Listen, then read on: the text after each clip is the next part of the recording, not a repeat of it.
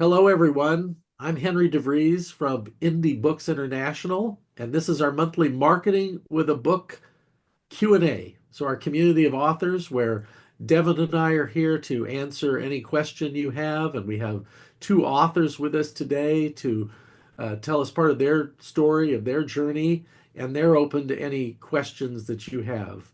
And thank you so much for joining us. So first, I wanted to start with Susan Quinn. Welcome, Susan. Maybe you can pin us, Dev. Yeah. Thank And you, Henry. Grateful to be here. well, tell us the name of your book. So, the book that just came out 2 weeks ago has the name Does Your Business Show Up or Stand Out? And it's a playbook how better experiences by design spur growth. And so, we talk about 9 traits of the highest performing companies and a quick roadmap to help guide companies to stand out. I'm a huge believer in proprietary research in a book. It's just not our opinions. We're not just an echo chamber of what other people say. Tell us about your proprietary research that you undertook for this book. Yeah. So a few years ago, we brought in Susan Beyer from Audience Audit. And if you don't know her and if you're looking to do original research, highly recommend her. But we had been following traits and aggregating from our own consulting practice as well as research that we were students of. And every now and then there would be a new thing that we would add to the list. And suddenly we had 9. Maybe we added a few to come to 9. And we're like, this is where we see, particularly for our clients, when they're doing these exceptionally well, they're the ones standing out. So I wonder if this is universal or what does it have anything to do with our company, or we just tend to pick always companies with great leaders. And I say that tongue in cheek, but what we did is brought in Susan Byers' company to validate if we were in fact correct that these were 9 traits that the top companies were also interested in adhering to. And we got some interesting research back that then led to the book. The book also has great stories. And quickly, could you tell the story about the company and the photographs you took of their employee entrance? Yes. So I start the book with the first of the 9 traits, define clear guiding principles. And this is a story of a client that we got, national client, about 8 years ago, maybe 9, it could even be 10. Time marches on. And we were being brought in to reinvigorate the brand. The third generation was taking over for this company. And so the first thing we do, of course, is to go in and do discovery. We're not the only firm to do that, but my colleague Tammy Berry and I were all around the country, either personal visits or through Zoom meetings. And one thing that stood out to us is that to a person, they could recite their 3 core values. And that was the first time I had seen every single employee be able to do that. Now, we now know that they encourage that and they push these 3 things. But one of them is around excellence in everything we do. And so we were pulling into a meeting, and my colleague Tammy points out, she said, look at that little section of their company. It was a warehouse, and we took a picture, and the picture is in the book, but it was a rusty rail. They do building products, exterior building products, and the products were kind of hanging off of this makeshift little building. And when we were presenting the research back, we said, so I know that excellence is one of your core values. And then we put that picture up on the screen and we said, is this what excellence looks like in your company?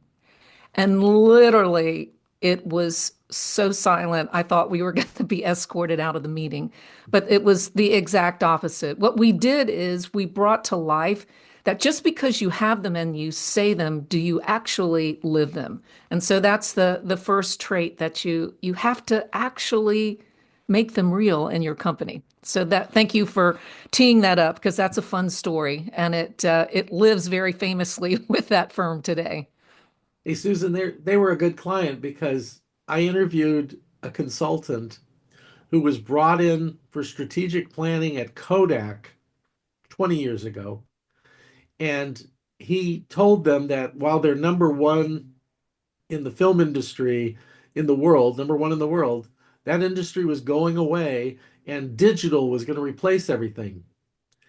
And they took a break and escorted him out of the building because they were not ready. They said, if we change off of film, stockholders will think we're crazy. All this. Yeah. And now that company is a shadow of its former self. So you had a good client that was willing to listen and take that. So thank you for that. Um, Yes. I'm going to shift gears now. Before I do, want to tell everybody this is a non-selling zone. It is a totally networking zone. So we would like you in chat to put your contact information and um, a few words of who you are, so people can see, because we invite you to link in and reach out to people. If there's something that you just want to tell someone else, private chat's fine. Susan brought up the name Susan Bayer, and over the weekend we had a retreat, a forum in San Diego, and we added Susan to the faculty at Indie Books. I see Nona Prather is faculty, Eleni is faculty. These are special people with special relationships that we have, that we promote their book, and they go the extra mile in helping people. So thanks for bringing up Susan, um, and just please, there you go, Nona. Thanks for modeling the behavior I'm asking for. So Nona's putting it in chat. Susan, we'll probably come back to you. Eleni Kelakos, let's pin Eleni. And Eleni is a repeat author. I was going to say repeat offender, a repeat author. Recidivism, isn't that the word? A lot of that going on in indie books. About 50% come back and do another book with us. So uh, we're very honored by that. And Eleni, New York trained actress, Hollywood actress, singer, songwriter, and charismatic presence coach. She's beyond a speaking coach. She is somebody who really helps people claim the stage, which is title of one of her books. But now tell us about the new book, Eleni.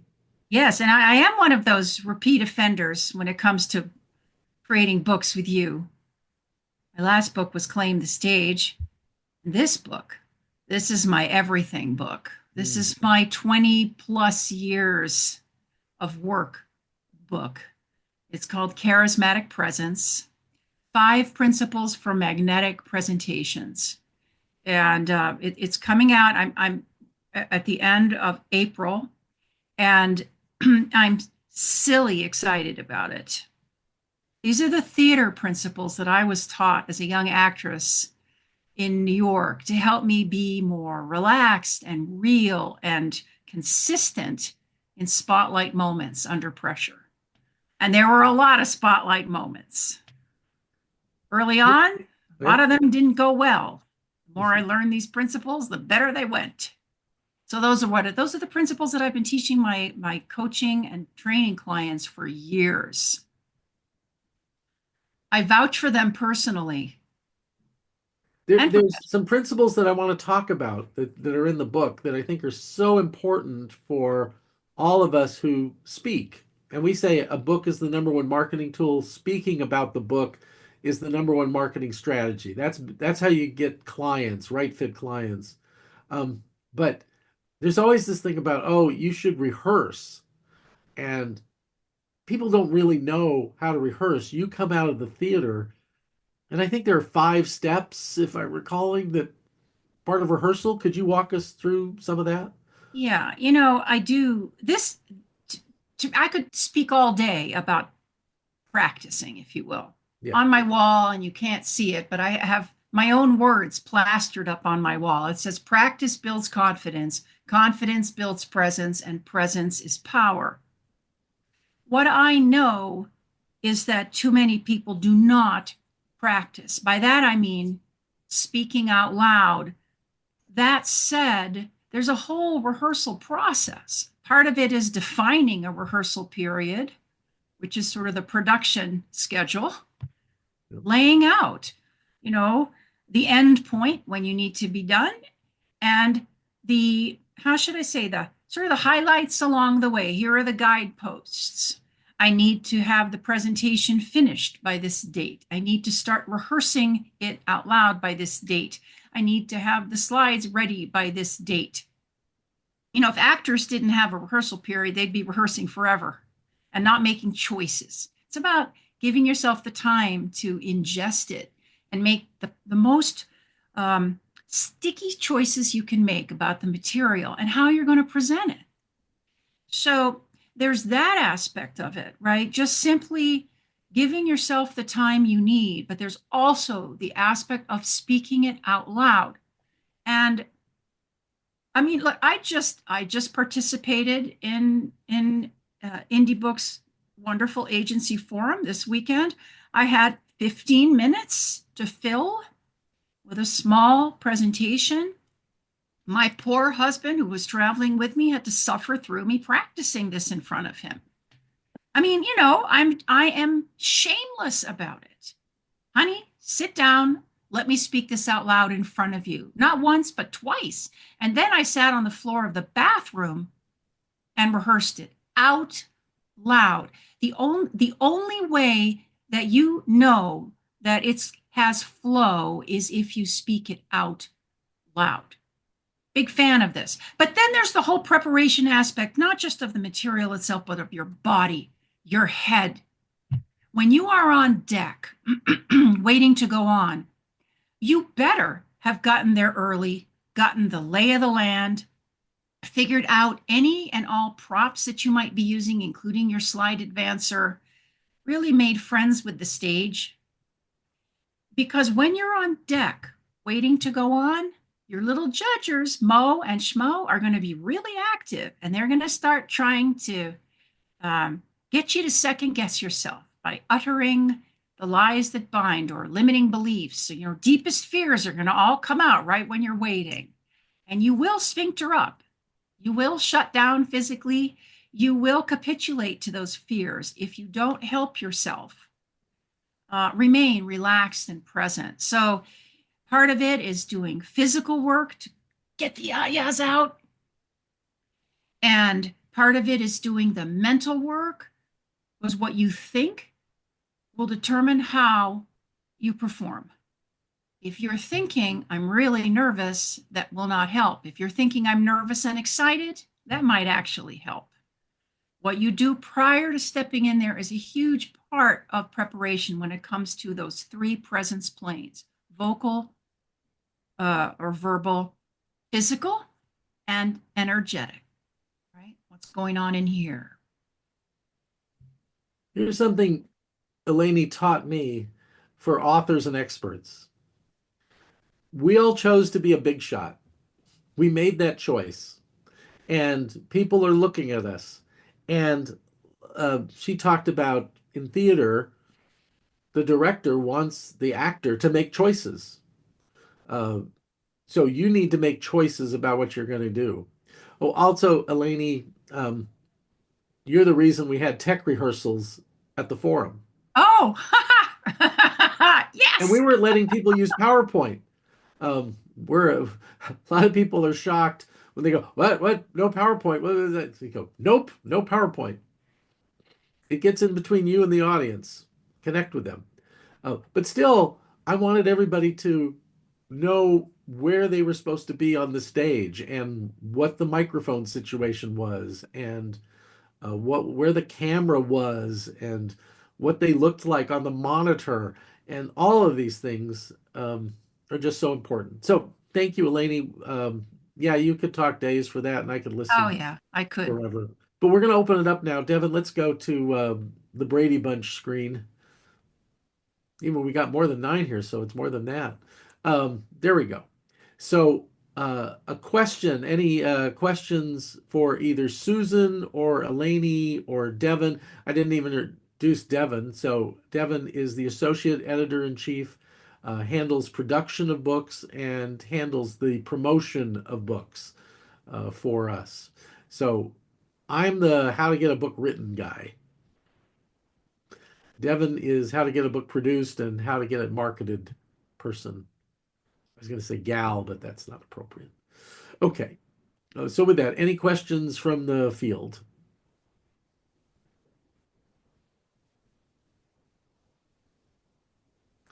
This is the audience participation part of the show.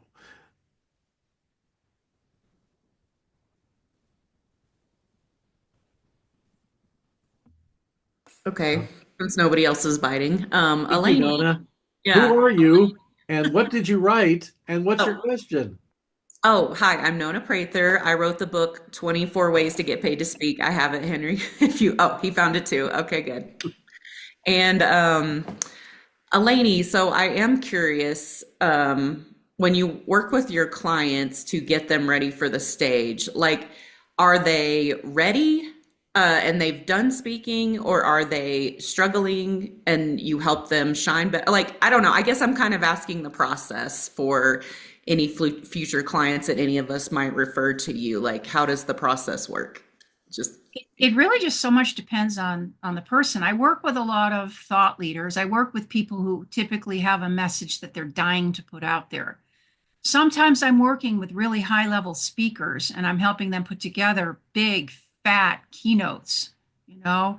Sometimes I'm working with people who are fairly new to speaking, authors maybe who haven't had a lot of speaking experience, but they know they have to put their voices out there and they have to put their message out there to attract people to their books. Basically, my job, as I've said many times, is to be the doula, which is the practitioner in a birthing process, you know, who's helping the birth. I'm not writing the presentation for you. I am nudging it out of you together with you, although I do a lot of the work. But I have a structure and a pattern. I've got several different patterns that I use to help people flesh out presentations that I've developed over the years. And so I'm holding their hand through the process of helping them uh, essentially pinpoint the essential elements, like who they're speaking to, what the issues are that they're there to solve, and what gives them the right to be in front of that group of people to help them, you know, which I call positioning the presentation, and then figuring out what that driving intention is through the whole thing. And then we figure out, based on, in a sense, the blueprint that I choose that I think is a good fit for what they want to be able to do. I help them flesh it out. And all I want is for it to be filled with their yumminess. It's not my presentation, it's theirs. So to me, I'm very story oriented. Everything I do is story oriented, to find the right stories to help make the points come alive. And then I'm coaching them on how to tell those stories better. And if there's any issues, fear, anxiety, limiting beliefs getting in the way, my job is to help pinpoint those things and give them tools and techniques to minimize them, because I don't want anything to get in the way. Does that help, Nona? Is that clear? yeah, thank you. Do you, and I'm sorry, follow-up question if you guys Yeah. don't care. So I don't really practice my talk like word for word. It seems like it comes out different every time at the moment. Is that okay? Because you know, like how you said you practiced it 3 times. Well, I kind of decided on which story I was going to say right before I went up there, but I mean I had said it on podcast and things previously, but I didn't really plan it to the word, and some of the chuckles I got weren't exactly planned. I mean, is that okay too? Is there a difference between someone with natural charisma and having a planned plan, I guess. So wonderful. I love that question. We all have charisma, first of all. We're all born with it. It's not something you either have or don't have. It's whether we allow it or not. And we get in our own way. When we start questioning ourselves, that charisma, if you will, charismatic presence gets smaller and smaller and smaller. It's just our beautiful life force revealed. That's all it really is. That said, One thing that can actually harm that charismatic presence is if we are too married to the words.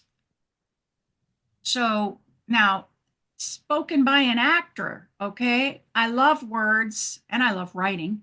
I love words. I always want to say it just right, you know? I had to break myself of the habit as a speaker to say things word for word. It was actually getting in the way of my audience and me. And I was fretting over, am I getting it perfectly right? I would rather that you speak extemporaneously, meaning you're speaking, you've shaped it, the underpinnings are there, you've ingested those underpinnings, and you're working off of a light set of notes. I will sometimes, if I need to, I'll write it all out. Then I'll immediately move to those little bulleted notes, and I'll work immediately off of speaking it out loud, off of those notes.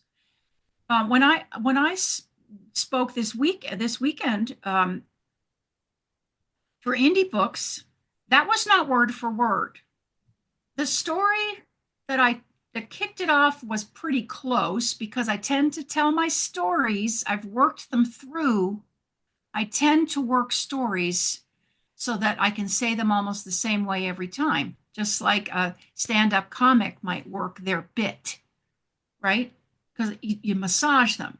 But the rest of it was within a framework, and there was breath and air, and it came out generally the way I wanted it to. I have had to teach myself how to do that. That is not how I started as a speaker.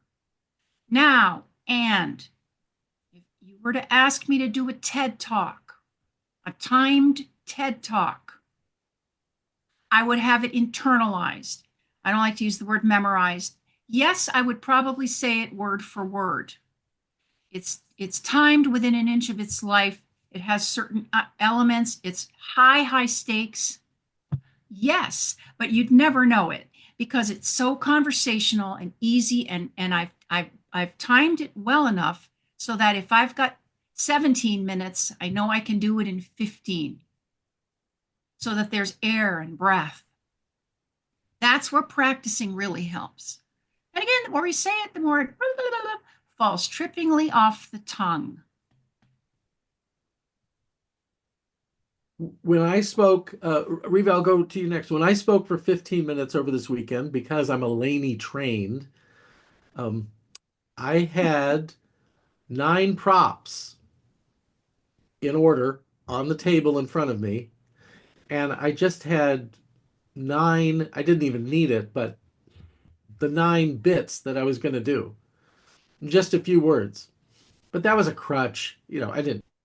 I knew just from looking at those props, oh, I'm telling this story, I'm saying my premise, I'm now launching into this story. And while it was extemporaneous, it was not impromptu. And one of the ways you practice your stories, and I've heard some professionals in the National Speakers Association say, you should tell your story to 35 different people before you ever do it on stage. You actually tell the stories to people. So let me tell you a story. And it just gives you, again, from Eleni, it just gives you this practice. And then another thing that she had is practice by recording it. And we use rev.com to transcribe it and to look through the transcript. Because some days during one of those practices, a spark of, I'm having a stroke of genius. So a stroke of genius comes along and you incorporate it. It wasn't in your notes or anything, but you got it in the moment. Mark LeBlanc and I, are chairman of the board, spoke together for 80 times around the country, and we both took notes, and we would get debriefed after the end that you added this sentence this time and it got a laugh. So Nona, you were surprised you got a laugh by accident. Um, that would be noticing, and I would work that into everyone and see if that gets a laugh wherever you go. Um, Even when you're rehearsing those stories with people and you tell them, if there's a thing where they go, what? You get some kind of reaction, you want to note that. Um, I'm going to go to Riva. You had a question. Hi, yeah, I just wondered if there was a general rule of thumb of This if is Riva a deputy editor with Indie Books and a former executive editor for Entrepreneur Magazine. And she has a question. What's your question, Riva? Well, mine is about timing. It's like, is there a general rule of thumb if you have how many words fill a certain period of time? Because when I present, I'm a native New Yorker. I get into that New York mode and I tend to talk faster than I do in my normal now Californian lifestyle. Totally. That makes me laugh. Okay, first of all, I'm just pulling this out of my, you know, off. I can't remember exactly, but I think it's something like around 125 to 150 words per minute is a comfortable pace for most presentations. You know, Riva, I hear you, sister. My brain goes fast and I can be a fast talker. I've had to train myself to slow down. So many people I work with, yeah, no, you're not. So many people I work with are fast talkers and they don't know it until I record them. And then they're like, ooh. But they also, when I have them work on that, and I'll say to them, listen, what I'd rather you do, stop thinking slow down. How do you even do that? That's a result, actually. It's hard to play a result, says the actor. Got to give people something to do. So I'll say one of two things. I'll say add more pauses. Add more pauses. Add a pause right before you reveal something and right after. Add a pause right before a big point and right after. Pause before you start too, Riva. If you start in silence and you root yourself, you bring yourself to that center, you may not gallop as fast linguistically, you help yourself start slower. And then I always think, imagine that someone in the audience is hard of hearing. Invariably, somebody is. When someone is hard of hearing, you tend to not just slow down, but enunciate more, articulate more, connect more, intend to connect. And that can really help. And even if you practice being conscious for 2 minutes, 3 minutes while you're talking, and say, right now, I'm going to imagine someone in the audience is hard of hearing. And just give yourself a couple of minutes, see how that feels. Most of my clients, when I record them doing these things and they have slowed down, to them it feels like a normal pace feels like molasses, wading through molasses. And yet it's not. And it's such a gift to your audience. They can actually understand what you're saying, which is the whole point. I want to ask Susan a question because, Susan, how are you planning to get speaking engagements for the book? Because we like to say more people will be impacted by you speaking about the book. And I knew when we worked together, I was impressed that you are somebody who speaks, and you're not the son of a New York City waitress who has to slow down when they speak. You're the daughter of a lawyer who seemed to have a nice cadence when you speak. So, but the question is, how are you getting on stages to speak about the book? Well, you have the indie family. So when we come together, the wonderful resources that we get to meet are really the next step. Writing the book seems like you're at the finish line and you're done. It's actually just the beginning of the process. But Nona is working side by side with our team, and we have strategically given her our key audiences who we want to speak to, and they have a very defined process of reaching out. And I think we've got a few in the hopper, right, Nona? And hope that we can get a few speaking engagements, also working with a PR firm to get the message out to key industry pubs. And I think we've gotten several that have been posted. It's all about being interesting to the group you want to be interested to. And so part of it is connecting the dots on that.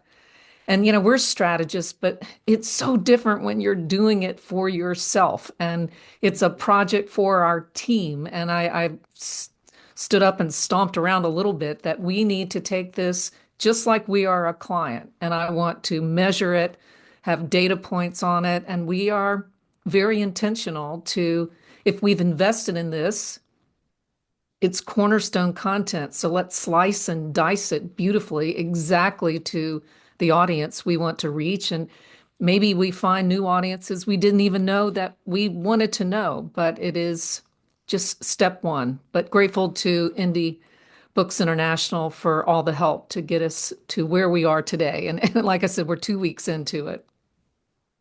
One of our faculty members is Darren LaCroix, and he's a world champion of public speaking, and he's one of the partners in a business called Stage Time University.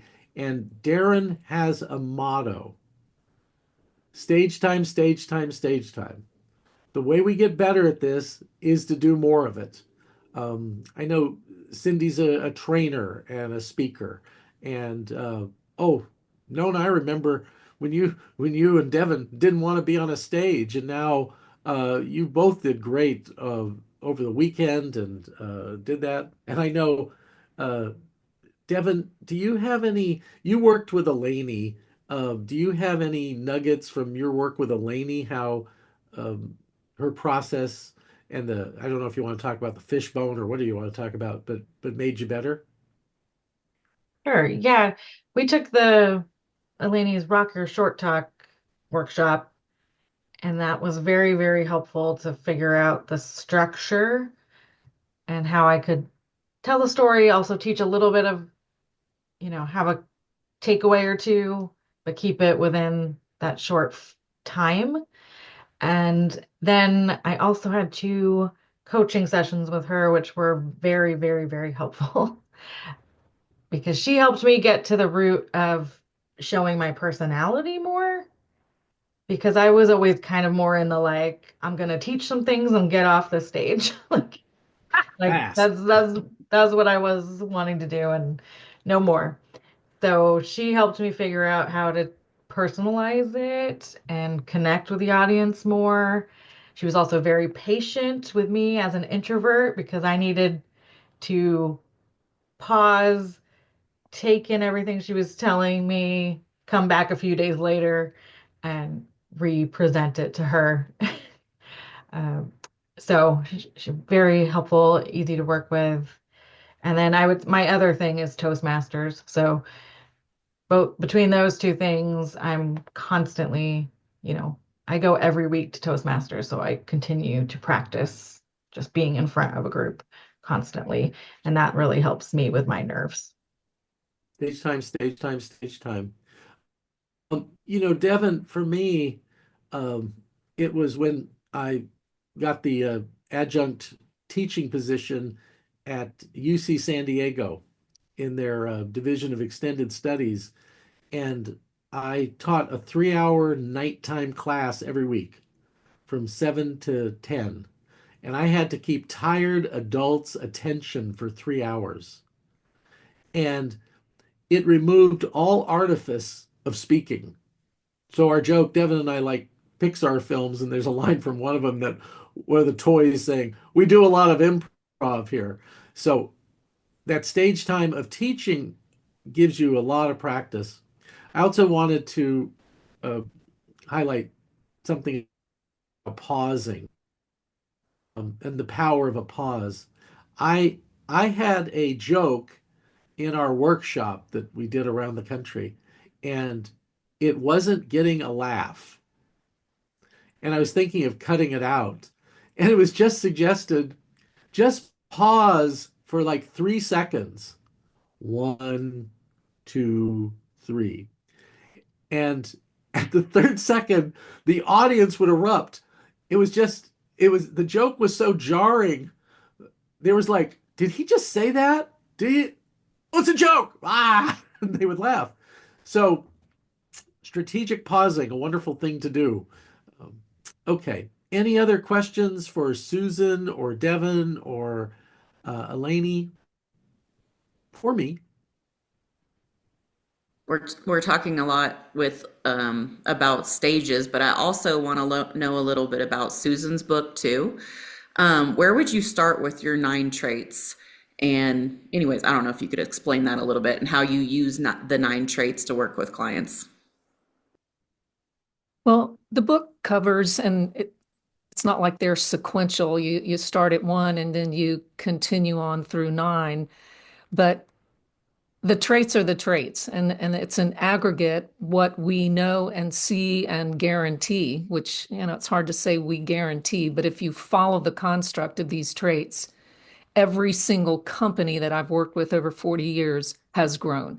And so there's nothing better than true data to prove it. I mean, the way we do it in a speech is, and I've done it a couple of ways, and Elena, you're going to be helping me because you're the other one. I mean, I'm actually a certified speaking coach, but I'm going to go back and get help from others because I'm so inside the jar on this piece that I need to step out and get others' perspective and find the ways to give it a cadence that makes sense. But so far, I kind of tee up the nine traits, and for the most part, it's like, yeah, well, I kind of knew them. What I'm working on now is incorporating the stories. Henry started with the one and bringing those to life in a few of the traits, and then encouraging people to look at them. The book is set up with the what, the so what, the now what. So the trait is the trait. That's the what. The so what are examples from our clients or from those if clients didn't want us to share detailed information from firms that we admire. And then the now what, it's resources that we've aggregated over our career of, I'm teeing it up a little bit. It's a playbook, but here's where you can go next to go deeper. And then we've got a QR code that you can test yourself. How well are you on each one of the traits? So I don't know that I have the perfect answer as we are working on it, but it's making the traits engaging and having people say, I think we do that, but I need to know more, and making it short and sweet. Susan, I'm going to lead the witness here. Okay. Um, when about and it's about storytelling, but when we worked on your book, you and I did something together with your clients to produce stories. Do you recall what that was? Could you share that? Well, the process that we began, I just said, Henry, or you said, you talk faster than you write. So can we begin to extract the stories that are in your head? And they it didn't take long. I mean, we would sit and 3 hours would go by, and we did this several times.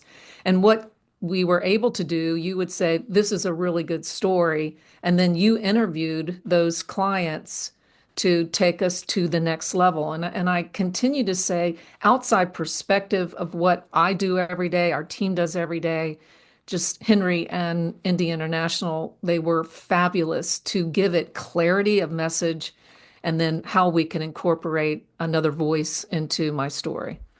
Well, thanks, Susan. What I was going for, and if it sounded like I was fishing for a compliment, I wasn't, but I like them.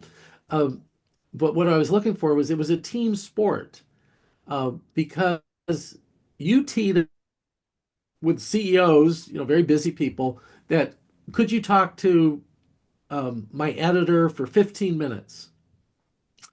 And I would go right in and thank them for their time and then get them talking. And I'm a heat seeking missile for interesting, what they would say that would be interesting. And then also, I'm looking at the eight story types. Are they telling an underdog story, or are they telling a mystery story, or hack?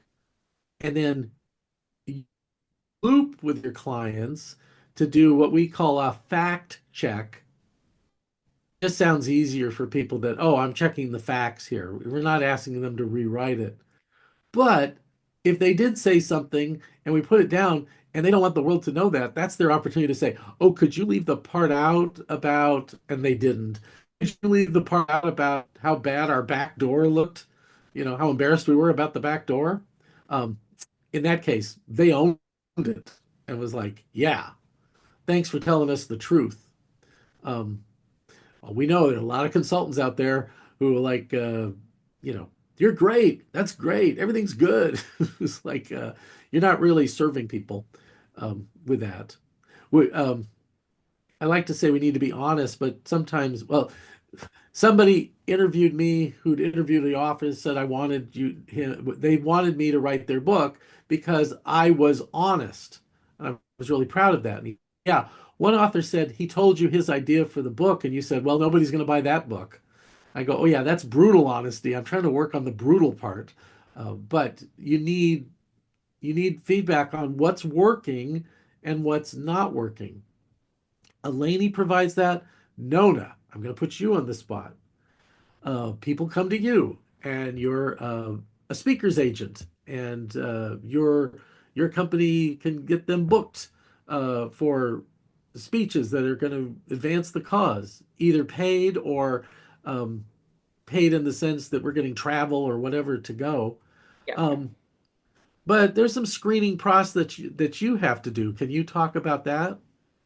Oh, yeah. Whenever I have a discovery call with someone, before we can start and move on to the next step, I have to make sure they have their items in place, which is like a speaker website, landing page, a one sheet or a media kit. I prefer a one sheet because it's easy to attach to the emails to the decision makers. So that can be front and back.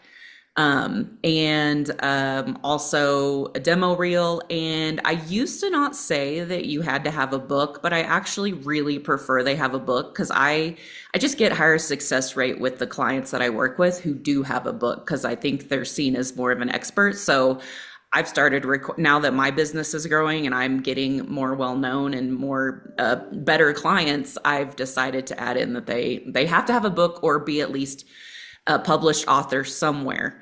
And that could be an article as well. So is that Something that makes them stand out.